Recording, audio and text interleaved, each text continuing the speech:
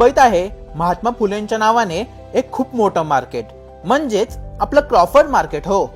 पण खूप कमी लोकांना माहिती आहे की ब्रिटिश काळात जेव्हा हे मार्केट बांधलं गेलं होतं तेव्हा इथे मुंबईतलं पहिलं इलेक्ट्रिक लाइटिंग सिस्टम लावण्यात आलं होतं। 1869 मध्ये बांधलेलं हे मार्केट त्या काळात इतकं मॉडर्न मानलं जायचं की लोक फक्त वास्तू घ्यायला नाही तर ते पाहायलाही यायचे।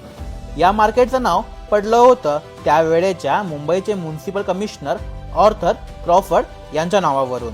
आणि अजून एक खास गोष्ट म्हणजे या मार्केटच्या एंट्रन्सवरचे काही डेकोरेटिव्ह डिझाईन्स रुडयार्ड किपलिंग यांचे वडील जॉन लॉकवुड किपलिंग यांनी बनवले होते। आजही इथे फळं, भाज्या, मसाले, ड्राय फ्रुट्स, इम्पोर्टेड वस्तू सगळं काही मिळतं आणि म्हणूनच हे मार्केट मुंबईची एक आयकॉनिक ओळख बनलं। पण 1996 मध्ये या जागेला अधिकृतपणे महात्मा ज्योतिराव फुले यांचे नाव देण्यात आलं, कारण त्यांनी शेतकरी, बहुजन, महिला शिक्षण आणि सामाजिक न्यायासाठी आयुष्य झोकून दिलं। आजही आपण त्याला क्रॉफर्ड मार्केटच म्हणतो।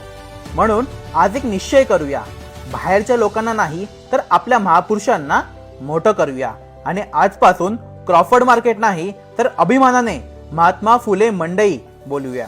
जय हिंद, जय शिवराय, जय भीम, जय ज्योती, जय क्रांती।